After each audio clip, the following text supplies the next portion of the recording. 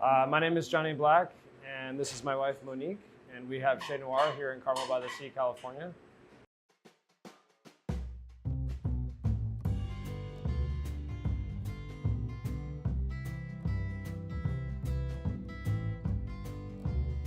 Monique and I met in New York City. We were both working in a small restaurant called Colony in Brooklyn. And we decided to start over, move to San Francisco. I switched to the front of house at Quince, and Johnny started as a sous chef there, and that was kind of where we really got to understand the Bay Area and the ingredients. For me, it's really all about the ingredients first and foremost, which is why we decided to settle here. I've always cooked French food my whole life, and when I was working with Dominique Crenn, she was from Brittany, and we'd always talk about how much Brittany and Big Sur were very similar. So before we opened this restaurant, we wanted to do a little inspiration trip, and we went to Paris, and then we went up to Normandy and did Normandy for 2 days, and then went to the Ile de Ré, to Bordeaux, to Biarritz, and then down to San Sebastian. And then we were just really struck by the similarities of the terroir and the ingredients, and just kind of like, you know, this area is so similar to the west coast of France and the Basque region, but you know, the culture around cooking and food and what they take from the ocean is just vastly different. You know, there isn't a culture around that here. So what we really wanted to do is try to kind of highlight all these ingredients that are right here in our own backyard. And we have so many fishermen that we're working directly with on a daily basis, and as well as the farms. Dry aging for us allows us to really get in amazing products and hold it very well.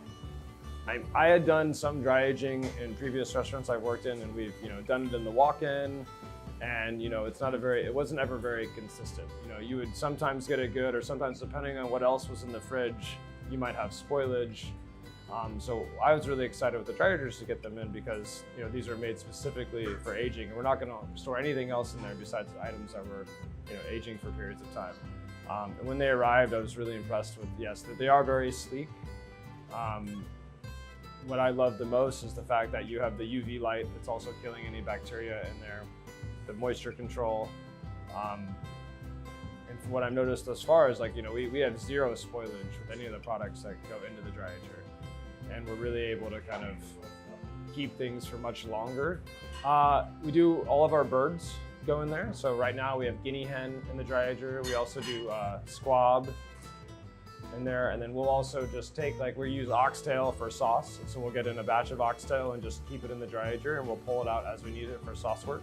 So it typically might stay up there for a week or two. Yeah, and then we also have beef that we're keeping up there. We're getting it in with a little bit of age on it, and we're taking it a little bit further in the dry ager. Yeah, I mean, with the birds especially, you really get a development of flavor, and when you're cooking the squab on the grill after it's been dry aged, it just cooks so quickly, and the skin gets really beautifully roasted, and it makes service very efficient. It's a very inconsistent. Yeah. I mean, dry aging for us is really all about preservation and intensity of flavor. The thing is, we're going to dry aging a lot of seafood. Typically, the most that we're going for is maybe 5 or 6 days, but many of the fish only for 3 or 4 days, just to kind of let the proteins relax, let the flavor intensify. It allows us to get a really beautiful sear on items. Also for just doing all the crudos, it just kind of the flavor development over even just a few days is really noticeable. We're able to hang it up. We can pull it down every day. The fish is nice and clean. It has a beautiful, doesn't have any smell to it, so it just looks really pristine, and it makes it really easy for us to work with. And we're able to store it in the dry aging cabinet, and it keeps its shelf life extremely well. It's really been great to allow us to get in a large amount of fish at one time and keep it up there. And as we need it, we're pulling it out over the course of a week, and we're not losing anything, and the quality is only getting better as time goes on. I was like, you eat aged meat, don't you? He's like, well, yes, of course.